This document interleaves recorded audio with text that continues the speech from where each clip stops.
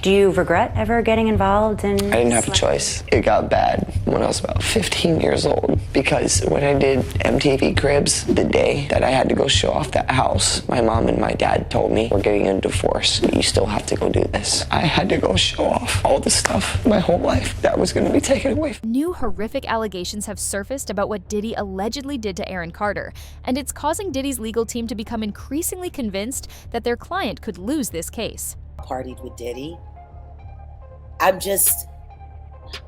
It's hard for me to truly get invested in what's happening to Liam Payne right now because I haven't gotten over what happened to Nick.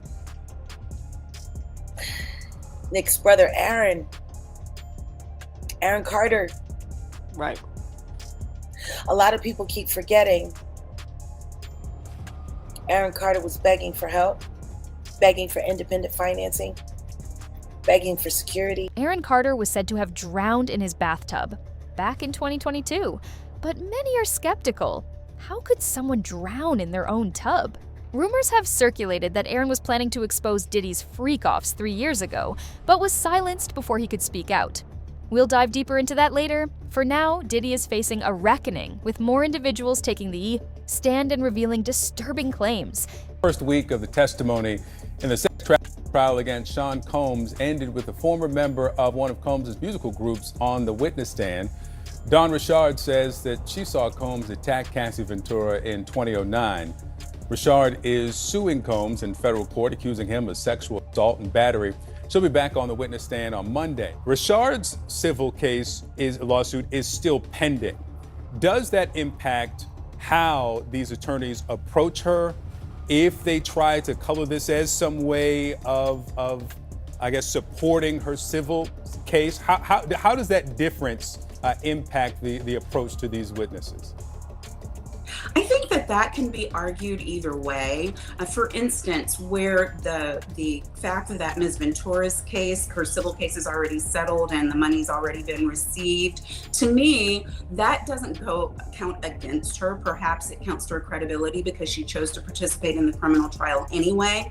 However, where Ms. Richard is concerned, the fact that she is participating when, frankly, a criminal conviction may harm her ability to recover. It may harm Mr. Combs' ability to have the finances, the funding to be able to pay any recovery. So there are risks either way. I just think that as people are watching, they need to remember trials involve humans and humans are messy. So you don't have any purity tests in terms of your witness is on the stand and has never done anything wrong, or your defendant is on the stand and has never done anything right. There's a lot going on both sides, and it really is up to the jury to ferret that out as long as they are given the right facts and the proper instructions from them. Diddy is facing serious accusations.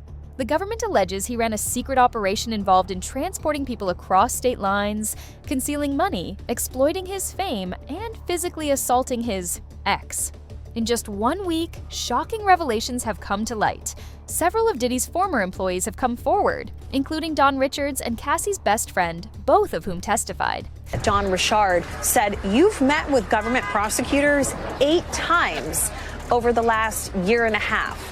And over the course of those 8 meetings, you've changed your story at least 4 times when it comes to multiple incidents." And Richard acknowledged that her story has changed. And she said that it's really just about her memory, that she tried to block all of these things out, and that she's been trying to remember, and all of these meetings with prosecutors has helped her. But it was not good for her that her story has changed so many times. And then they also doubled down on the fact that she has filed her own civil suit seeking money from Combs.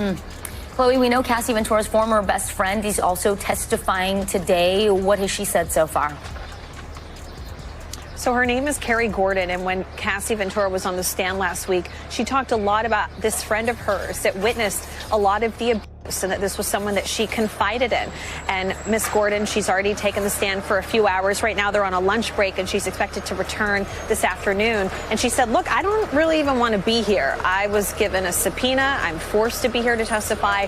I haven't spoken to Combs or Miss Ventura since 2018, and that's because Combs assaulted me." The FBI revealed what they discovered in Diddy's properties. In response, Diddy's lawyers are pushing back hard. Breaking news, the Department of Homeland Security has just confirmed to CNN that federal law enforcement agents have raided properties owned by musician and producer Sean Diddy Combs. Let's bring in CNN security correspondent Josh Campbell and CNN legal analyst Joey Jackson. Josh, let me start with you. What do these raids by federal agents in multiple locations tell you about the seriousness of this investigation? Yeah, Wolf, a very significant development here, seeing this law enforcement action taking place. I'll point out, just to be clear at the outset, we don't know that Sean Diddy Combs himself is the subject or target of a federal investigation. So it's just worth pointing that out at this hour. But what we do know is that two properties associated with him, we saw the feds descend on those properties. We saw on aerial footage, federal agents both here in the Los Angeles area as well as in Miami at those residences. Now, the Department of Homeland Security, their what's called HSI, Homeland Security Investigations, gave CNN a statement. I'll read you part of that when asked about what this activity is. They say that earlier today, HSI New York executed law enforcement actions as part of an ongoing investigation with assistance from HSI Los Angeles, HSI Miami, and our local law enforcement partners. That is it, confirming that they are conducting what they're deeming law enforcement action, which could indicate search warrants being conducted there, could indicate arrests being conducted. We just don't know at this hour specifically what that law enforcement action is. It is worth pointing out, though, that Combs himself obviously has faced significant legal woes in recent months. I'll give you just a kind of the highlights of what actually occurred. In November, he was sued for rape and abuse by a former partner. That lawsuit was then settled very quickly. But in December, he faced sexual assault allegations in a complaint filed in the Southern District of New York. The suit was brought by a woman referred to as Jane Doe, who said that she was 17 at the time when these allegations took place back in 2003. This trial isn't just about one man. It's about how power and money can be dangerously misused.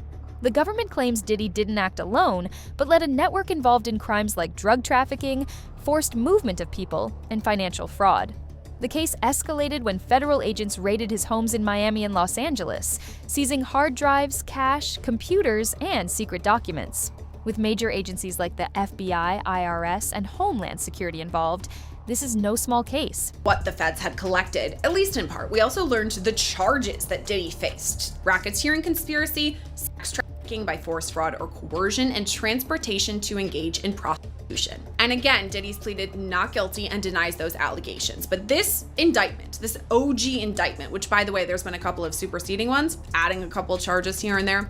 Anyway, going back to the holy grail of it all, the original indictment, that's where we learned about what was collected, including all of that lube and baby oil. And all of this leads us straight back to the freak-offs and the civil cases that preceded the federal search warrants and then eventually the indictment. So Cassie, I know I talk about Cassie all the time, but we wouldn't be here were it not for Cassie. And Cassie's lawsuit is the one that first mentioned freak-offs. We heard about them again from Lil Rod. We've seen them in multiple different civil suits now. And additionally, in the federal indictment. And here's how the Fed specifically explained freak-offs, quote, "Freak-offs were elaborate and produced sex performances that Combs arranged, directed, masturbated during, and often electronically recorded." Now, they also listed a couple of items that were used during these freak-offs, at least according to the feds.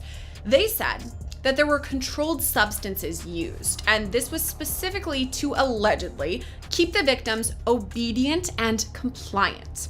The feds also state that during these freak-off situations, recording devices were used. Now, sometimes the people involved in the freak-offs, allegedly, didn't know that they were being recorded. And then other times, Diddy and his team, allegedly, would use these recordings as revenge porn and say, hey, if you come forward and report this to anyone, we've got this really embarrassing video. Why would you do that? So that's an allegation too.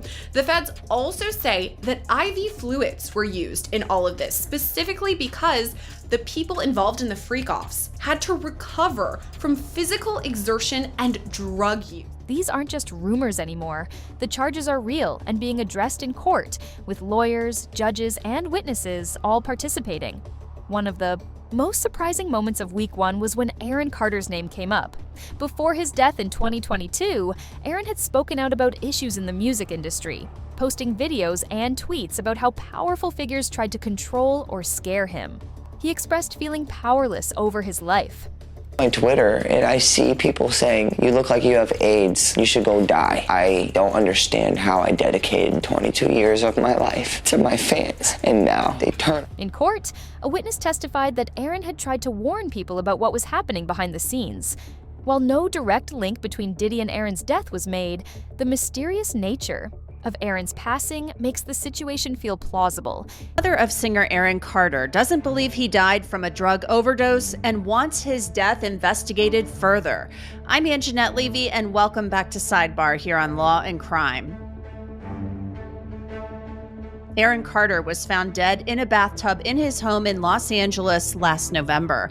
Since that time, TMZ has reported the LA County coroner did not find water in his lungs, meaning he didn't drown.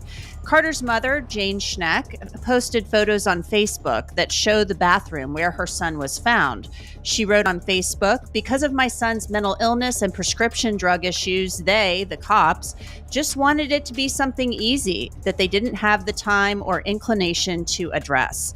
Schneck wants a more thorough investigation. She wrote that her son was receiving threats from many people, and she believes there were people out there who wanted to harm him. So joining me to discuss this issue and the death of Aaron Carter is Joseph Scott Morgan. He's a forensic death investigator and also the host of the Body Bags podcast. Joseph, welcome back to Sidebar. Thanks for coming on. Thanks for having me, Antoinette. Good to be here. So let's talk a little bit about Aaron Carter's death. He was found in a bathtub in his home. We see from these photographs that there was some discoloration in the water. I have a feeling that was probably from his body releasing fluids following his death. So what can we glean thus far, aside from the fact that he didn't drown? They didn't find water in his lungs, according to this report by TMZ. Well, if you're talking about the death investigation itself, we can glean the fact that they haven't come back with toxicology results yet. So at this point, and as you know, medical examiners and coroners are, I don't want to use the term notorious, but it takes time for these things to be fully realized because these tests take time. You don't, in a death investigation, you don't want things hurried up. And it seems as though some parties that are involved in this case want it sped up. And that's the most dangerous thing we can do. His name was allegedly introduced in court to show that others might have known something but were too afraid to speak. This moment shocked people online. Many pointed out that Aaron's warnings were ignored when he was alive, but now they seem to be getting attention in court. Inside the courtroom, tensions were high. Diddy's legal team came out swinging. His lead attorney argued that the entire case is built on outdated stories and media speculation, designed to make Diddy look guilty. Can't imagine it's thousands. I mean, and I'm not really sure what the baby oil has to do with anything. I don't know where the number 1,000 came. Baby oil, more than 1,000 bottles altogether. He has been ready to defend this case since he first found out about this case. Diddy's case causing online chatter over the shocking discovery. The rapper's attorney telling all to TMZ as the outlet dives deep into the ongoing trial in their documentary, The Downfall of Diddy, The Indictment, streaming on Tubi. They're essentially saying it's a lubricant for an orgy. I guess. I don't know what you need 1,000. One bottle of baby oil goes a long way. I don't know what you need 1,000 for. Yeah, it's the number of bottles going viral on social media, with Diddy's longtime nemesis, 50 Cent, dropping this meme on X. Meanwhile, Diddy's defense team offers this explanation. I mean, he has a big house. He buys in bulk. I think they have Costco's in every place where he has a home. I mean, have you sat in a parking lot of a Costco and see what people walk out of there with? TMZ reached out to Costco. Their rep says none of their U.S. locations carry baby oil. He believes he's innocent. I believe he's innocent. And we're going to fight this case with all of our might until we don't have to fight any longer. We're not giving up by a long shot. I told Mr. Combs I'm going to try and get his case to trial as quickly as possible. I don't think it was 1,000. Let's just say it's a lot, okay? Let's discuss some of the details with Joey Jackson. He's a CNN legal analyst, a former prosecutor as well. Joey, thanks so much for being with us. This is Sean Combs' third try to get out on bail. Do you think he has a better chance this time around? So he may, Boris. Good to be with you. And here's why. You heard Elizabeth reference the issue of the recording, and here's why it's significant in terms of its manipulation. Just to reset, the critical to his denial on bail were really two factors. The one factor related to him being a danger to the community. The other factor being how he would potentially obstruct witnesses. Now, critical in the prosecutor's arguments at those previous hearings was the fact that there's this tape that everyone has seen, and they said, prosecutors did, that tape was in the context of a freak-off. It was in the context of sex trafficking. It was in the context of him being violent as it related to that count in the indictment against Miss Ventura, right, who's referred to as victim one. But here now comes the defense saying, hey, by the way, the prosecution has misled you, court.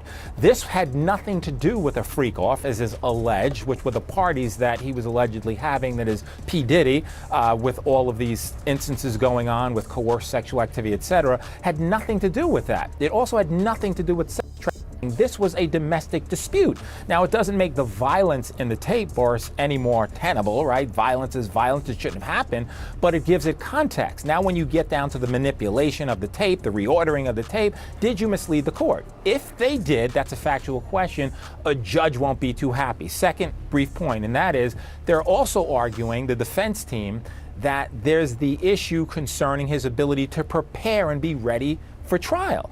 If you're going through and rummaging through his notes and other records that are attorney-client privileged and peeping at them and looking at them and using them against them, how could he prepare for trial? At one point, Diddy's lawyer raised his voice, claiming the raids were staged for media attention. This isn't justice, he argued. This is a show. His team is now trying to block more evidence from being shown, stating that there's no concrete proof, just individuals seeking the spotlight. Meanwhile, the prosecution fired back, saying this isn't a rumor. It's a clear pattern of criminal behavior.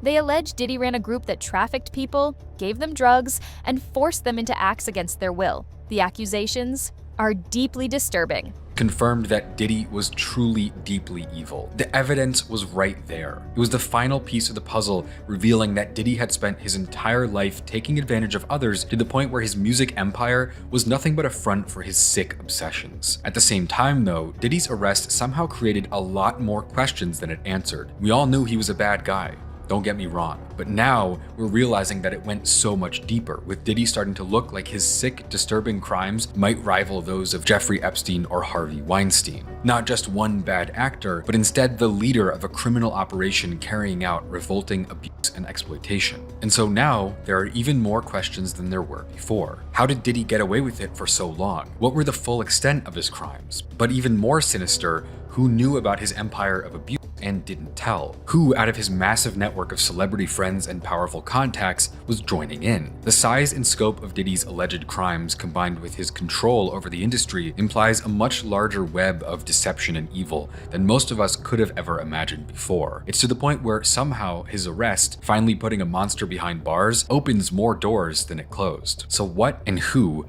was Diddy hiding?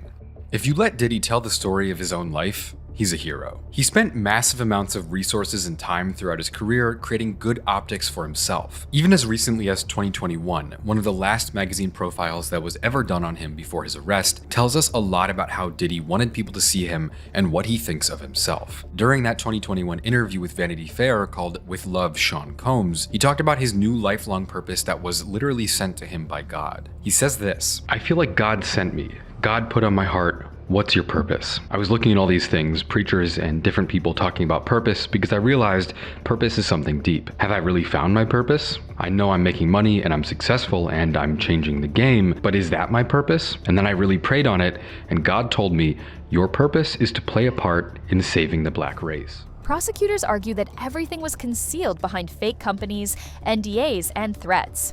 They even claim Diddy's homes were like fortresses, with hidden rooms, hallway cameras, and safes packed with cash.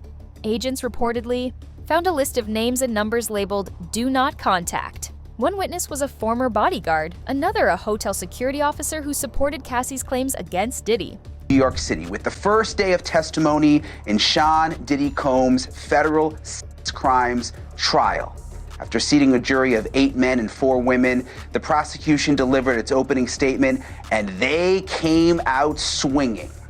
Prosecutor Emily Johnson said the public knew Diddy as a larger-than-life business mogul, but behind the scenes, he was forcing women into sex using violence and drugs to keep them in line. She said Combs had an inner circle that helped him commit sex crimes, drug crimes, other crimes, things like arson and kidnapping.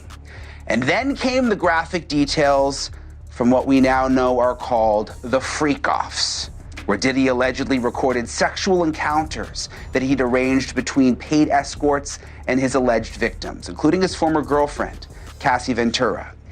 When it was the defense's turn, they didn't deny Diddy's temper. They said, yes, he can be violent. They admitted that. Remember, that's not what he's on trial for. They said, yes, he's got anger issues, and his actions might warrant domestic violence charges. It was clever that they said that. But trafficking and racketeering, again, that's what the federal case is about. The defense says those don't apply. And all that freak-off sex, according to the defense, they say it was consensual. They said that Diddy's love of baby oil, and this was actually a quote, they said the love of baby oil was not a federal crime.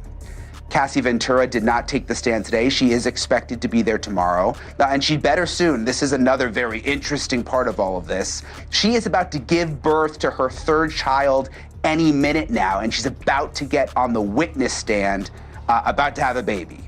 Another twist. 2 witnesses were called today, including a former security officer at the hotel, where Diddy is seen on video attacking Ventura brutally. A critical part of the case revolves around digital evidence. Agents say they recovered hidden phones, hard drives, and private folders from Diddy's devices. One of those folders was titled The Vault. Its contents haven't been revealed yet, but could prove crucial in the days ahead. By the end of week 1, it became clear. This isn't just a celebrity scandal, it could be one of the biggest trials in music history. Diddy's empire, once mighty, is now crumbling under the weight of trafficking allegations and public disgrace. Week 2 is expected to be even more intense, with more witnesses scheduled to testify. People from the music industry might also come forward. The government may reveal videos found during the raids, some of which are reportedly so graphic that the courtroom might be closed to the media during their presentation. And what has been an explosive start in the trial of Sean Combs today, a former member of the musical group Diddy Kane is set to return to the stand to testify in the case against him. Dawn Richard testified Friday that she saw Combs attack his former girlfriend Cassie Ventura in 2009. CNN's Kara Scannell is outside the court with more details. What all can we expect to hear from her today as she takes the stand and later this week as well? Good morning, Sarah. So Dawn Richard will be back on the witness stand this morning. Friday, her testimony, she said she witnessed Combs come downstairs into the kitchen, take a skillet with eggs in it, and attempt to hit Cassie Ventura, his then girlfriend, over the head. She also testified that Combs dragged Ventura up to the bedroom and she could hear glass breaking and yelling.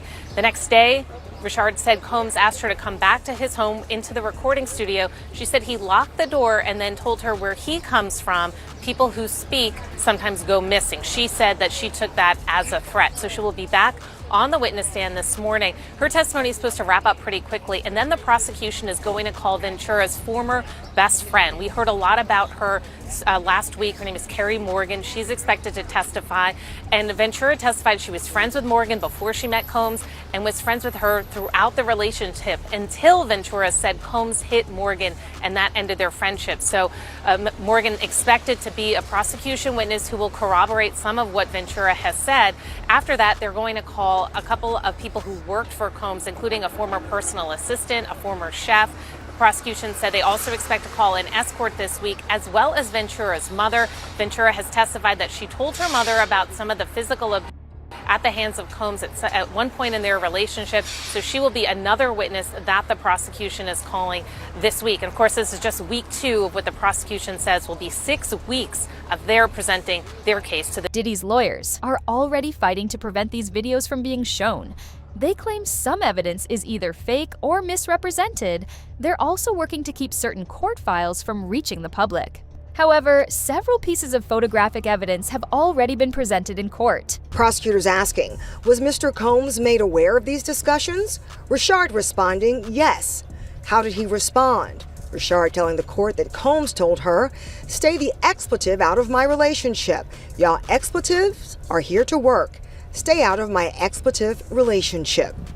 The singer also testifying that after a 2009 skillet attack against Ventura, Combs told her the next day that Cassie was okay, and if we said anything, people could go missing. Prosecutors asking Richard, "What do you take that to mean?" Richard answering, "That we could die."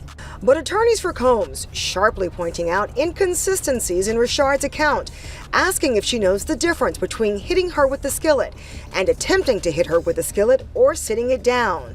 Defense attorneys asking, "You have about 4 different recollections of what happened that day." Richard responding, "No, I recall to the best of my ability." And as for the alleged threat, asking why Richard just told federal prosecutors about it for the first time last week. "You didn't tell federal prosecutors that people go missing, a comment that you testified you could die, you don't remember that?" Richard responding, "No, I don't know about the notes that were taken." Also Monday, federal prosecutors releasing evidence in the case for the very first time. Baby oil in Ziploc bags and pictures of Ventura's injuries, including a fat lip after the 2016 hotel assault. Today, we also heard from Carrie Morgan. She and Cassie Ventura were best friends almost 20 years. She testified that after that 2016 hotel attack, that Sean Combs came to Cassie Ventura's home. He was beating on her front door with a hammer. They never answered the door on that, and they say their friendship came to an end in 2018 when she said she was assaulted by Combs, and Cassie Ventura told her she was over-exaggerating and milking it. Reporting live in Lower Manhattan, Darla Miles, Channel 7 Eyewitness News. The pressure is mounting. The public is closely watching. And there are rumors that other high-profile celebrities may be dragged into the case. Some say at least 1 or 2 famous individuals might be called to testify as soon as this week, while Diddy's daughters are reportedly attending prom. Sean Diddy Combs is missing out on major moments in his kids' lives. As the music mogul's federal trial continues in New York, Combs' 18-year-old twin daughters Delilah and Jessie enjoy their senior prom in Los Angeles. The pair arrive fashionably late to the Harbor House in downtown LA May 17th. The girls, famously known for always wearing coordinating outfits, both don strapless sparkly red gowns and matching rose corsages as they smile and pose for pics on their big night. This outing for Delilah and Jessie come after they've been in NYC along with several of their siblings supporting their dad in the courtroom amid his ongoing trial. Combs has 7 children total, 30-year-old son Justin with ex-Misa Hilton, as well as 32-year-old adopted son Quincy, 27-year-old son Christian, and daughters Delilah and Jessie with Kim Porter, 18-year-old daughter Chance with ex-Sarah Chapman, and lastly, 2-year-old daughter Love with Dana Tran. The rapper, who's currently being held without bail at the Metropolitan Detention Center in Brooklyn, is charged with sex trafficking, racketeering, and transportation to engage in prostitution. Combs has pleaded not guilty to the charges but faces up to life in prison if convicted. With his trial set to resume on Monday, as former Danity Kane member Dawn Richard is expected to continue her testimony. Right now, it's too early to predict how this will end. But one thing's for sure. Week 1 changed everything. The public is engaged, the music world is on edge, and Diddy is facing the biggest legal battle of his life. Rumors are that Diddy was running some kind of Epstein-type deal where he was filming everybody. If some of the accusations are true, that kind of covers things. You know, when folks vanish. Isn't it just like part of the gig? Like, here's a for instance. Like your bit about Puffy. How you're going to connect these two dots? That bit is like, look, you don't have any real personal beef with Diddy, but it's got to go down. The bits are there. I'm a gold miner. I just found some gold. You're right. Maybe I'm a sociopath. It's not that you're a sociopath. It's just that that's part of the gig. Yes. Like, you're not a sociopath with your friends. No, I think I'm maybe an empath. Yes. But I guess it's one of those things where, like, you justify, you go, okay, if there's, I think this person might have done something bad. Yes. And he can get jokes, and we're all going to tell jokes. Yeah. I'm not pressing charges. Well, not only that, you're not the guy who's out there like calling the New York Times, hey, you know what I heard about By Diddy? the way, yeah. Yeah, Yeah. exactly. You're just Yeah. like, it's there. I mean, Yes, it's not yes, just yes, there. yes, yes. It's everywhere. My fucking news feed is dominated by it. Fox. This isn't just rap drama. It's an expose on how power corrupts from the inside. This trial is far from over. Week 2 could be even more explosive than the first. More witnesses are expected to speak, and new files, videos, or names might surface that could shake everything up again. Diddy's legal team is pushing back hard, but the government shows no signs of slowing down. No one knows how this will end, but one thing is certain: the world is watching. Let us know in the comments what you think about Diddy's case heading into week 2.